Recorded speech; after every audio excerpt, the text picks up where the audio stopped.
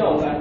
اس کا ایک باپ ہوتا ہے. اور یاد رکھیے یتیم جو ہے انسان تب ہوتا ہے جب تک وہ بالغ نہیں ہوتا. مطلب وہ انسان یتیم کا مطلب وہ بچہ تھا. ابھی بالغ ہونے کے بعد آدمی یتیم نہیں رہتا, کیونکہ ہر کسی کے والدین بعد میں انتقال کر ہی جاتے ہیں.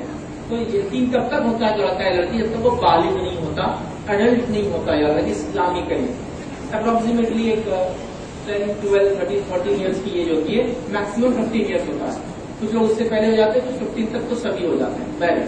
تو ایک یتیم لڑکا ہوا ہی ہو, اس یتیم لڑکے کا باپ اور ایک دوسرے شخص کا باپ دونوں کی باؤنڈری نہیں تھی, تو کیا ہو گیا, جھاڑ خلق ملک ہو جاتے. کبھی ہوا چلتی تو ادھر کی کھجوریں ادھر گرتی, ادھر کی کھجوریں ادھر گر جاتی. تو وہ مشکل ہو رہا تھا کہ کیسے معلوم کریں کہ یہ اس کا باپ ہے, یہ میرا باپ ہے, یہ میری کھجور ہے, یہ اس کی کھجور ہے. تو اس یتیم لڑکے نے یہ سوچا کہ میں کیا کرتا ہوں, ایک دیوار بنا دیتا ہوں. دیوار بنانے کا فائدہ یہ ہوگا کہ وہ جو مکس اپ ہو جا رہے ہیں دونوں جھاڑ کو نہیں ہوں گے اور کھجور پھل بھی مکس اپ نہیں ہوں گے, فیوچر کا اختلاف بھی نہیں ہوگا, فیوچر ڈسپیوٹ بھی کریٹ نہیں ہوگا. پھر وہ باؤنڈری والس کے ڈسپیوٹ کتنے ہوتے ہیں آپ سب جانتے ہیں, تو بہرحال وہ سب نہیں ہوگا. تو اس یتیم نے سوچا کہ ہم یہ کرتے ہیں. اب اس نے کیا کیا, ایک دیوار بنانے کا ارادہ کیا.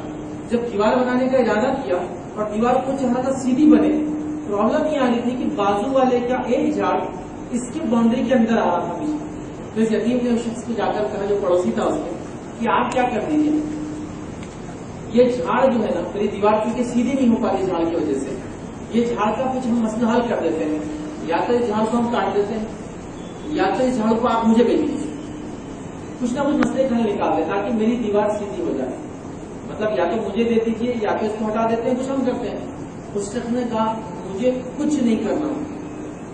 اس نوجوان نے کہا کہ لڑکے نے کہا کہ اگر یہ ایسی رہے گا تو بعد میں کھجوروں کا مسئلہ, میری دیوار سیدھی نہیں ہو سکتی, فیوچر ڈسپیوٹ اٹھیں گے. اس نے کہا یہ تمہارا مسئلہ ہے, فیوچر میں کیا ڈسپیوٹ اٹھتا ہے, کھجور کہاں جاتی ہے, تم سالو کرو, میں کچھ بھی مدد نہیں کروں گا. میں رکھی برابر اس میں ہوں, میرا جھاڑ جہاں وہیں رہے گا. تم کو دیوار ٹیڑھی بنانا ٹیڑھی بنا دو, میرا جھاڑ نہیں کٹنے والا اور میں بیچنے والا بھی نہیں, دونوں کام نہیں کرنے والا. وہ پریشان ہو گئے. وہ نبی اکرم صلی اللہ علیہ وسلم کی مجلس میں حاضر ہوا, سوچا کہ اللہ کے رسول صلی اللہ علیہ وسلم کچھ نہ کچھ مدد کریں گے, آپ سب کی مدد کر سکتے.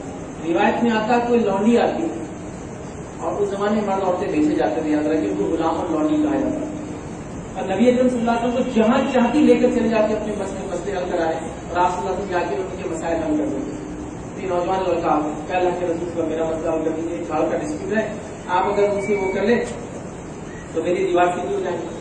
وہ جھاڑ کی قیمت لے لے اور وہ جھاڑ مجھے بیچ دے, کیونکہ میری باؤنڈری کے اندر ایک طرح سے آ رہا ہے, میں پھر سیدھی دیوار بنا لوں. نبی اکرم صلی اللہ علیہ وسلم نے بات کو سنا, پھر اس شخص کو بلایا اور کہا کہ اس لڑکی کی بات کیوں نہیں مان لیتے ہو, اس باؤنڈری کو, اس دیوار کو سیدھا کرنے کے لیے تم اپنا جھاڑ بیچ کیوں نہیں دیتے ہو.